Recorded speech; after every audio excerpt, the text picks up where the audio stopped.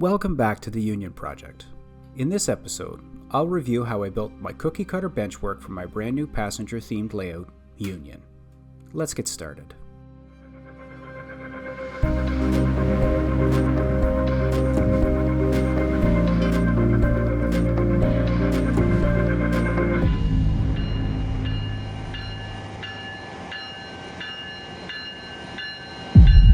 In the last episode, I introduced my new layout, a 17-foot-long passenger-themed model railroad based on the commuter services of GO Transit and Via Rail, located at Toronto's Union Station. The track plan is straightforward, with an upper deck dedicated to operations and rail fanning, and the lower level serving as a hidden staging yard.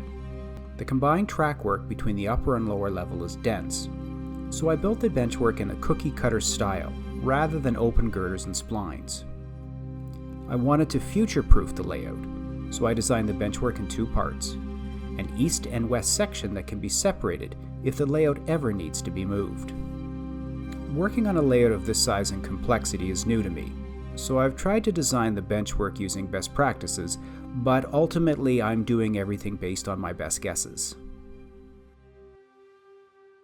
Based on this design, I calculated that I would need 4 sheets of plywood to construct the frame and the 2 decks. I had initially wanted to use dimensional lumber, but the costs were too high, so I settled on half-inch builder-grade plywood.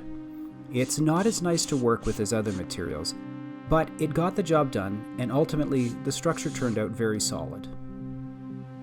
I was able to complete the supporting frame, pre-drill for wiring, and fashion some temporary legs over the course of a few afternoons.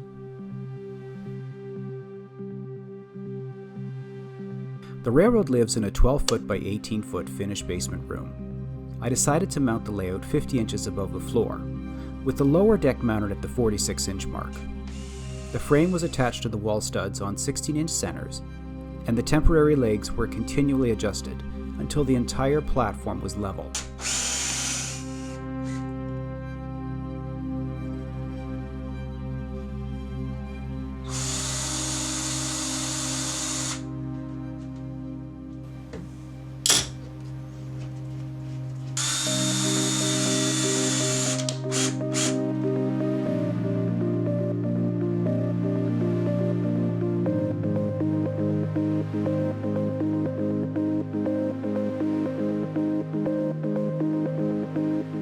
Once the framework was in place, I added the half-inch sheeting and began mapping out the staging yard's dimensions. The plywood was warped, so I temporarily attached it to the framework using 1-inch drywall screws.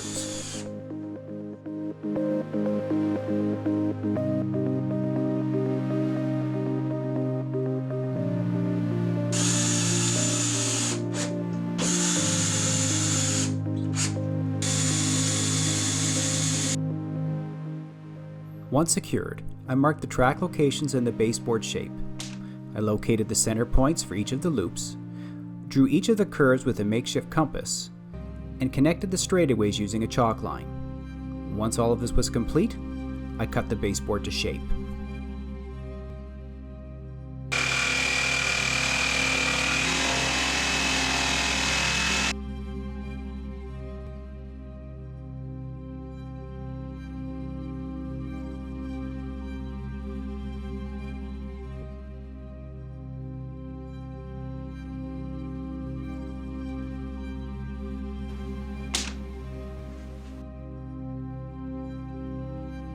The initial track plan was designed on the computer, and in many cases it would have made sense to print the plan on a roll and apply it directly to the baseboard.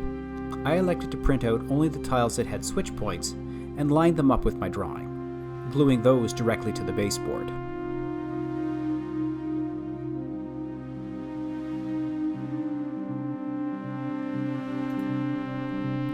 I added the upper level and again drafted the track work with compass and chalk line, gluing down the printed templates where needed.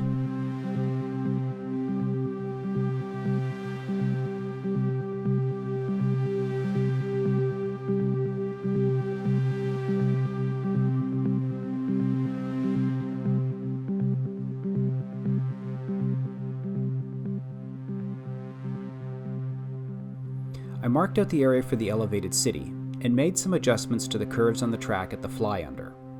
It looked good on the plan, but it needed some refinements. With the upper level planning complete, I drilled a series of holes through both the upper and lower platforms for alignment. I cut through both levels with a jigsaw, removed the upper deck, and added risers to create the 4% grade.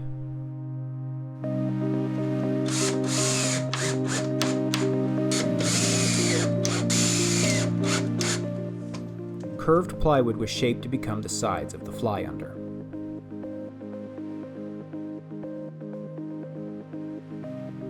I installed additional risers around the perimeter of the layout to support the upper deck. I then cut access areas to help reach derailed rolling stock and install future switch machines.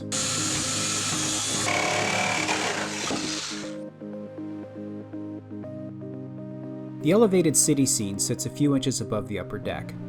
Scrap plywood and door skin were used to create the foundation of the retaining wall. The elevated city will sit in a third removable platform and provide additional access to the staging yard below.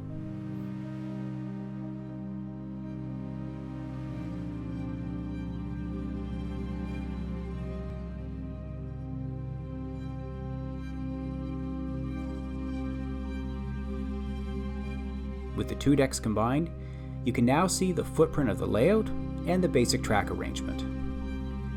The next step will be installing and testing all of the lower tracks.